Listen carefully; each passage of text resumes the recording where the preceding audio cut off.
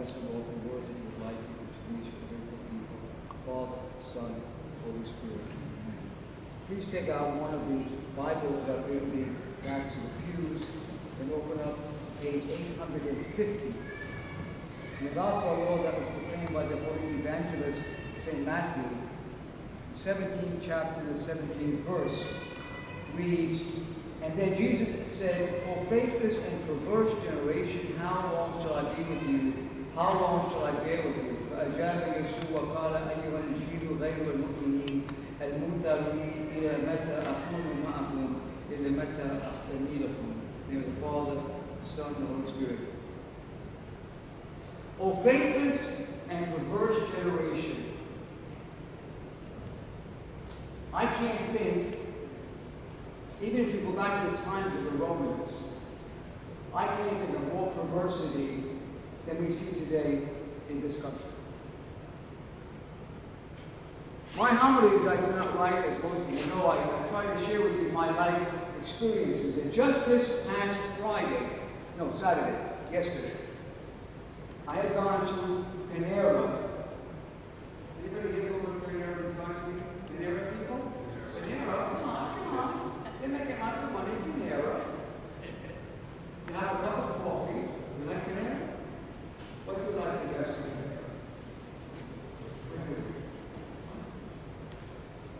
The chicken good. You like chicken good too? I know, I like good fish. Mark, what you do in Panera? What do you like? Cherry noodle soup? I like chocolate chip. But I don't have to order Panera chocolate chip because that's what makes the best chocolate chip. But the point I was at Panera, I'm getting ready to leave, and there was a table across from me. They had two little boys, probably 2 or 3 years old. One's playing with his truck, and his mother's there. He said, "Oh, look, Mommy, I want it." It was so beautiful to hear this young child and his innocence speaking like that.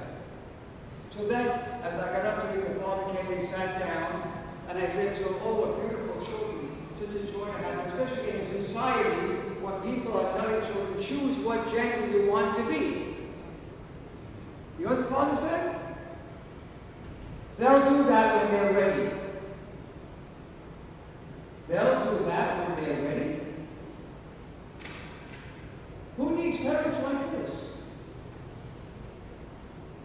Did your mother allow you to choose when and if you wanted to go to school?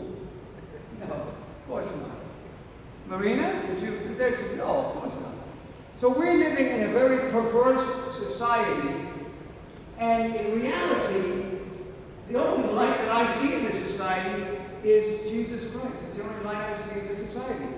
But bad things sometimes happen to get our attention. Many years ago, probably 45 years ago, somebody had loaned me. Does anybody remember a car called a Carmen Ghia? Carmen Ghia was made by Volkswagen, and the body was made in Italy by Ghia. And they loaned me this car. It was a very nice car. It was. So I had one little problem. It didn't start. The only way you could start it, you had to be on the hill. Those who know about like manual shift, and you put it into first gear, you let it roll, and then you could jump start. So my point is that as nice as the Carmen Ghia appeared to be, that happening finally broke me up with Father John. You need to get a car that starts. So some things will happen to us sometimes to get our attention. For example, I don't know if you know this or not. There was a study done about cancer. Did you know that 44.9% of people that have cancer, it comes from a known risk factor? A known risk factor. No. They know what it is. Okay? Alex? Can you think of a known risk factor that would contribute to people getting cancer? Of course, yes. There are factors, yes. I guess you know one that would contribute. Oh, yeah, sure. For example, this mobile network antennas. How about smoking? Oh.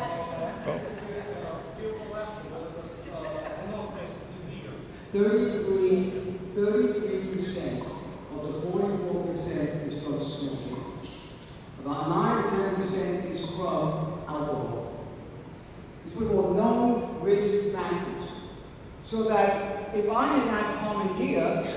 I know it doesn't start unless I get to a hill. So if I go someplace and it's flat, and I leave it there, just kind of hope against hope that it'll start, I know it's not going to start. So we have things that happen to us with no, and you know something, they could write all day long in neon flashing lights on packages of cigarettes, cancer, cancer, cancer. And you know what? People will still smoke cigarettes with the idea that, oh, it won't happen to me. Like the common thing is going to start, okay, by turning the ignition, it's not going to start. Oh yeah, mobile phones may give you cancer, but in fact, how many of you watch, I like to watch a series on Netflix called The Crown. The Crown? Have you watched The Crown? The Crown is always made, and in The Crown, the father of Queen Elizabeth, King George, smoked like a chimney. Her mother smoked, her husband smokes, her sister smokes, her sister's husband smoked. And it tells you in The Crown, which is a fact, that Queen Elizabeth's mother, Queen Mother, always blamed the early death of her husband George on the abdication of her brother-in-law, Edward VIII. He died from cigarette smoking. He smoked cigarettes over everything. He was coughing up blood, and he was still smoking cigarettes. So sometimes God lets something happen to us that is not so good. Why? To get our attention, to give us a little bit of a nudge and say, why does this happen to you? When things happen to you that are not good, you need to ask yourself first, what am I doing that I shouldn't be doing? Or what didn't I do that I should do? Before you think about anybody else or anyone else is doing so, because we live in a country where we blame everybody else for what goes on. We ultimately blame God. Oh God, why did you let them die from cancer? Because they smoked over and over and over again, and when they were warned, their attitude was, it won't happen to me. My attitude is, it very well could happen to me, therefore I'm going to avoid it. So when he says, how this faithless and perverse generation, this is a faithless and perverse generation. And you can't blame the perverse generation. You cannot blame the children. When you have a father speaking about a 2- and 3-year-old boys, and when you tell him about choosing their gender, and he says, at the time they'll make that decision, that's where the perversity comes from. Where is the conviction of the parents? Where is the responsibility of the parents? They just don't want to know. Years ago, we used TV as a babysitter. Now it's the internet. Let them play the games. Let them look at, we don't know what they're looking at. We don't have any idea who they're talking to. Or we say, well, I don't have time, because why? We are a busy people. Please, hear me well. Don't have children if you're not going to take the time to raise them properly. The world does not need any more messed up people. If you're going to have children, and I remember I told my wife this before she had the first child, because her mother, God bless her, kept writing her from Lebanon, are you pregnant, are you pregnant, are you pregnant? And I told her, I said, when you get pregnant, you can write off the next 20 years of your life. She said, what? I said, because that child needs their mother. They need both parents, I know that. But mostly they need their mother. So if you're going to have children, you're going to take a very serious responsibility. You don't go, the Bible says, you don't start to build something without a plan. You don't go and you don't buy something if you can't pay for it. But yet we live in a society that says, I'll get to it someday. That is a perverse and a faithless generation, because why?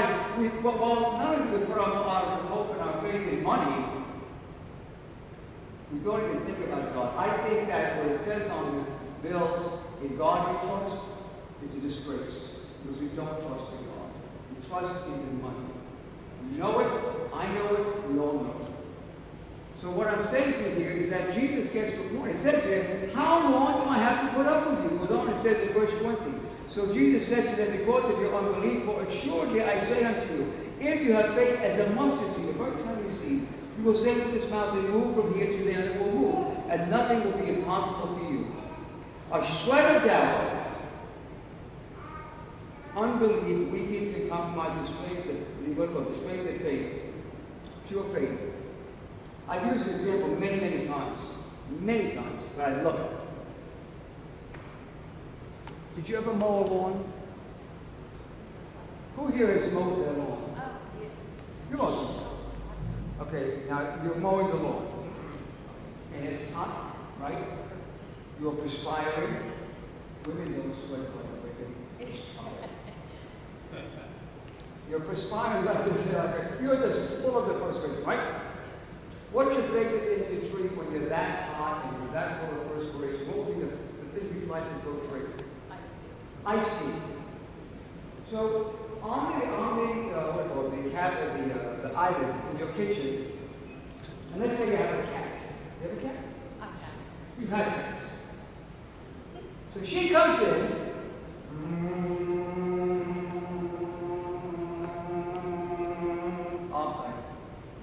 She's listening. Tremendous. There's a big gulp glass of iced tea on the counter. Can you picture it? It's sweating. It's so full of ice. Can you picture it? What was the name of the cat you had? His name is Mr. Bubs. Mr. Bubs. Did you love the cat? So Mr. Bucks, before she comes in, Mr. Bucks really has to relieve himself. He really has to relieve himself. And some way, somehow, Mr. Buck starts to relieve himself into her iced tea. I go, get off! Maybe a drop was in there. The drop of the cat's urine in your iced tea. See, you're really thirsty though. And you want that iced tea to kind of saturate. She's shaking her head. You're not going to taste the urine. Will you drink it? No. One drop can't be tasted, cannot be discerned. One drop ruins the whole. You have to pour it out. It's no good anymore. So one drop, one little bit, a nano amount of unfaith, of unbelief, will destroy what you're praying for. That's why he uses this example of mustard seed, is one of the smallest seeds in the world. He said, if you have faith, what do he say? Not as like a mustard, as pure faith overcomes mountains. You might say, oh, come on, Roger, you really think that faith is going to move Mount Rushmore? I'm not worried about moving Mount Rushmore. Forget about moving Mount Rushmore or Mount Dora. Do you know we have a mountain here in Florida called Mount Dora? It's about that high. But anyhow, I'm not worried about those mountains. I'm worried about moving the mountains of unbelief, the mountains of despair, of depression, the mountains of I don't know what I'm going to do with my life. Those are the mountains that we move with pure faith. So he says here, if you have that type of faith, you will say to the mountain, move from here to there. And I don't know about you, but I can speak to myself. There was a time in my life where I have really been, like everything's kind of coming down on me. And I just looked up and I said, I just kept saying, Jesus, Jesus, Jesus.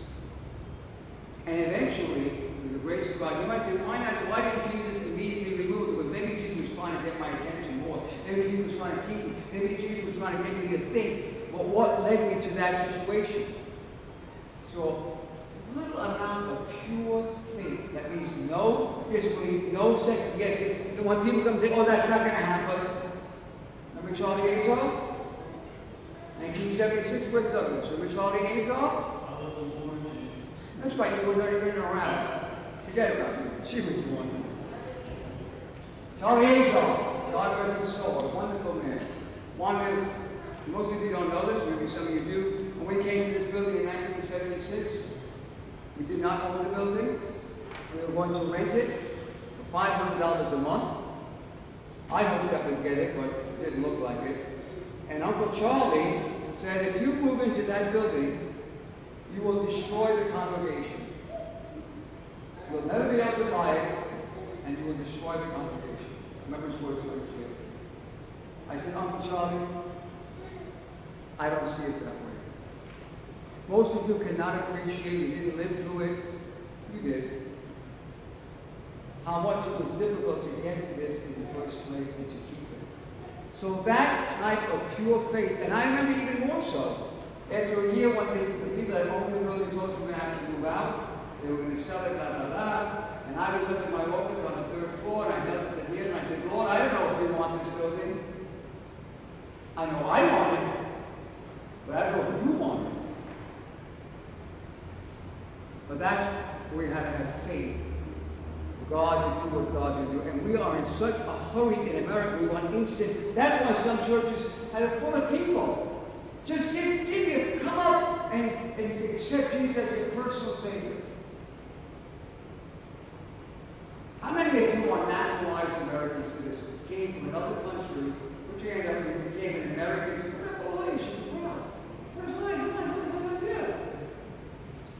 Anybody over here? Okay. Dimitri, when you became an American citizen, did they ask you any questions? They didn't ask you any questions? How'd you sneak in? Oh, you got it from your mother. He's a kickboxer in the water. Okay. Mama, when you became an American citizen, did they ask you any questions? Okay. Did they ask you if you were loyal to the United States? So the point is that when we call upon Jesus, we have to be sincere in what we're calling, and we have to really believe that He's hearing us. That He's listening. Why are we such a perverse generation? Because people have given up. They don't believe in God. They weren't taught to believe in God, or maybe at one time they wanted to believe in God, and something happened in their life, and they lost it because the devil was lying to them. Pure faith, or as they say, extra virgin oil, the olive oil. Pure faith is more powerful. Hear me well. Pure faith is more powerful than the atom in the atom bomb. Pure faith is more powerful than the atom in the atom bomb. I want you to think about that. And finally, it says in verse 21, however, this kind does not go on except by prayer and fasting.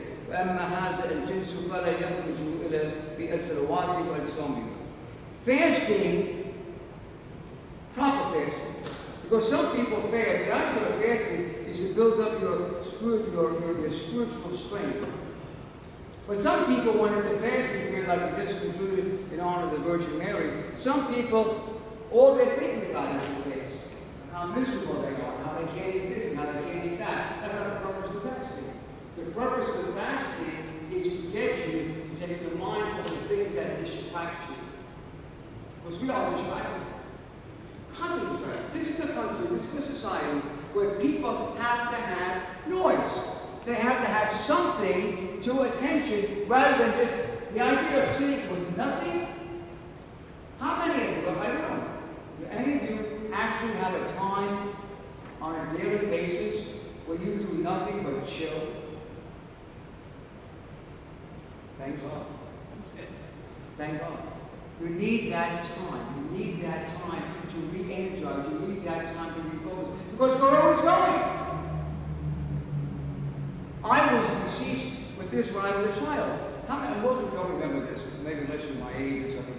Years ago, your information, television did not go 24/7. It didn't.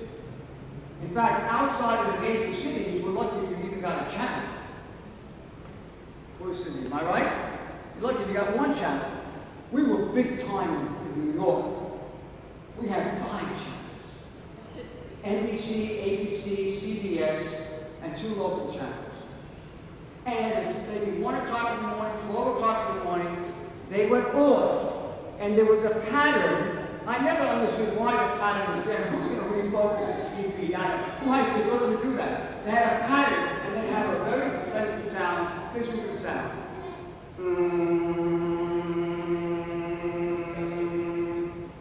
Sound.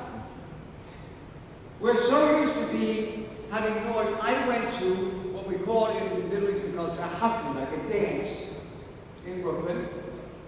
I got home about 2 o'clock in the morning, which was very late for me. I turned on the TV.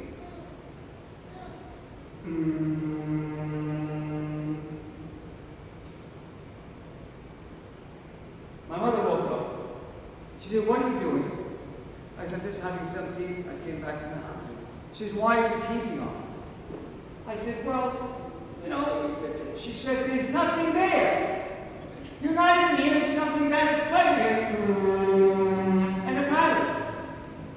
so, now if they were conditioned like that, when I was a younger man about 8,000 years ago, what is it today? We have to always be occupied. We have to check that phone. I mean, I see people, I'm sorry, I saw something the other day, and this may come out bad, so please forgive me, I'm not being judgmental, but they look like somebody that most people would not be contacted. And they're looking at that phone. God forbid we should miss a message or a text. Okay? God forbid we should miss an email. You've got to say, oh, did anybody contact me? Why? Life was better. You know, when during the pandemic, the Russian police, they recorded this stuff in Russia because we had sanctioned Russia because of the invasion of Ukraine. And they had taken all that stuff off the internet. You know what he said? Thank God they took away the internet. Thank God they took away the garbage on the internet. Thank God I don't have to be hearing this all the time. He was happy they took it away. We don't even have relations with one another. I don't know, one of my children there, but I was at a restaurant about 15 years ago. Four girls. Square restaurant like these here. One here, one here, one here, one here. This one, I found out later, this one is texting that one about what so this one is. This one is texting the other one how she can't stand that one. They weren't even talking to each other. Do you know that children today, you go up to a young child and you tell them, hello. Not my kids. I'm telling you, my kids. I'm telling you, the one, the oldest one right there. They were little whippersnappers. They talk to people. People talk to them. We are so conditioned, and my friend, it's getting worse. It's getting worse. They talk about a perverse generation. I talk about a metaverse generation. People are unhappy with their reality. I understand that. But when I'm unhappy with my reality, I try to do something for the grace of God to change it. I don't go into a made-up reality. And if I was to have a made-up, if I had a metaverse reality, what's one of the things that you would, if you saw me on the metaverse, which you know me well, if you saw me on the metaverse, I'm projecting the part of John I'd like you to appear as. What do you think I might do? You'd be at the gym, greatest. What I want to do. Yeah, the most fit, Christ-bearing priest. I'd be 6 feet tall. In fact, I'd go for 6'2". I'd be 6'2". I would. I mean, if you said to me, what would you like to change about your physical appearance? I'd like to be taller. I was always short. The only thing that gave me a little bit of solace being shorter was that brother saw my cousin Ken was even shorter than I was. He was shorter than I was. My point is that I can't be taller. So I said, okay, what else could I change? She said about getting fit. Yeah, I go to the gym. I jog 3 miles 6 days a week. Because why? I don't want to be a heavy person that can't get around. So I did something to change it. Most of you don't know this. I was a fat kid. I was a fat kid. I was 164 pounds. I have a picture of me sitting with my son Douglas at I think it was either the beach or the pool, and you could see the rolls of fat just coming up the beach. I didn't come up with a metaverse reality and take off the. I didn't Photoshop me. I made effort to change. If you don't like the reality, then you change it. You don't falsify it with a metaverse or a projection of something that's not real. So if you don't like the reality, especially a spiritual reality, if you feel alone, if you feel like nobody cares, if you feel that no one is looking after you, this is where you belong. This is where you belong. So that we can recharge our spiritual batteries, so that when we leave here on Sunday, we go back into this reverse world in which we're living, we become lights. We become lights. We become what Christ made us to be. His people in His world, helping other people to know what the Son of God. Let us pray to the Lord.